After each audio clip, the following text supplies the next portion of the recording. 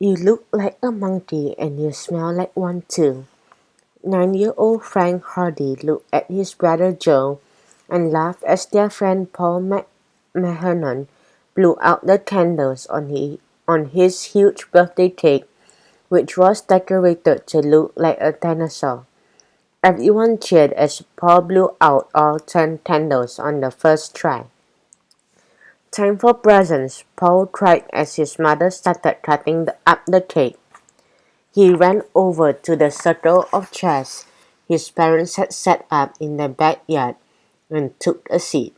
Joe smiled and nudged Frank. "Looks like we'd better get over there," he said. Paul's already torn into his first gift. Frank laughed and shook his head. His classmate Paul seemed to be having a great time at his birthday party.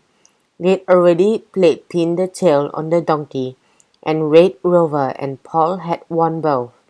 Now he was beaming as he pulled the last piece of gift wrap off Joyride, a hot new video game that had just been released days ago. It was a perfect way to spend a Saturday afternoon. "Oh wow," Paul shouted, waving the game above his head. "You guys, this is great. I cannot wait to play this. Thanks, Mom and Dad." Frank and Joe took their seats as Paul's mom came over to hand her son a piece of cake and give him a kiss. She handed cake to the kids on either side of Paul, then went back to the table to get more. "Hey, who's that?" Joe pulled on Frank's sleeve to get his attention and then pointed across the lawn to where an older boy, maybe 15 or 16, was dragging some big pieces of equipment onto a raised platform. As they watched, 3 more boys came out of the house, each carrying an instrument and some more equipment. "That's Paul's older brother Dylan," the boy's friend Chad piped up as he took a piece of cake from Paul's mom and sat down in a chair beside Frank. "What's he doing?"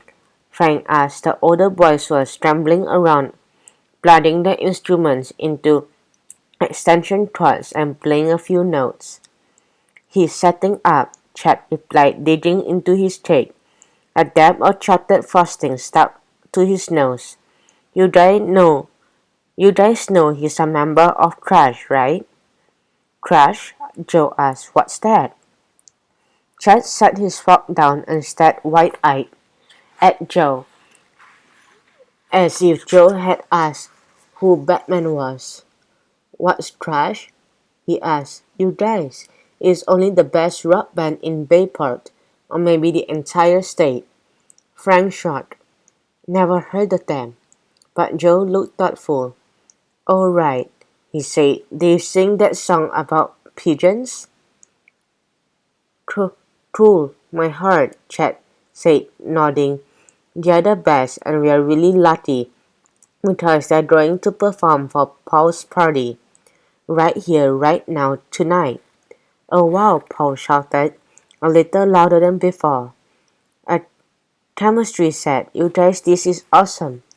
"You guys?" But the party guests were staring across the lawn, watching the members of Crash tune up their instruments. "He's the coolest," Frank heard one of the girls say as Dylan adjusted the microphone. "You know they're going to blow the competition away at the Bayport Battle of the Bands next Friday." Next Friday, Frank turned around to face the girl. "What's that?" The girl, who had curly red hair and a few freckles, widened her eyes. "You haven't heard about Battle of the Bands?" she asked. "It's only about the most important music competition ever." Frank caught Joe's eyes. "And you think Crush is going to win it?" Frank asked. The girls nodded. "Everyone thinks Crush is going to win it," she said. "They are the best band in Bayport, maybe the whole state, right, Paul?" Paul looked up from his latest gift, a set of colored pencils, and frowned. I guess, he said, looking down at all his presents. Hey, who wants to try my new tetherball set? But Paul's mom swept in before anyone could respond, picking up loosely wrapped and putting it in a garbage bag. Okay, kids, that was the last present, she announced. Playing a game is a good idea, Paul, but I think tetherball game would take too long to set up. Let's all get together for a game of musical chairs while the band gets ready to play. Can you help me arrange the chairs in a row? Frank, Chad, and Joe all got up to help, and for the next 20 minutes they played a really serious game of musical chairs.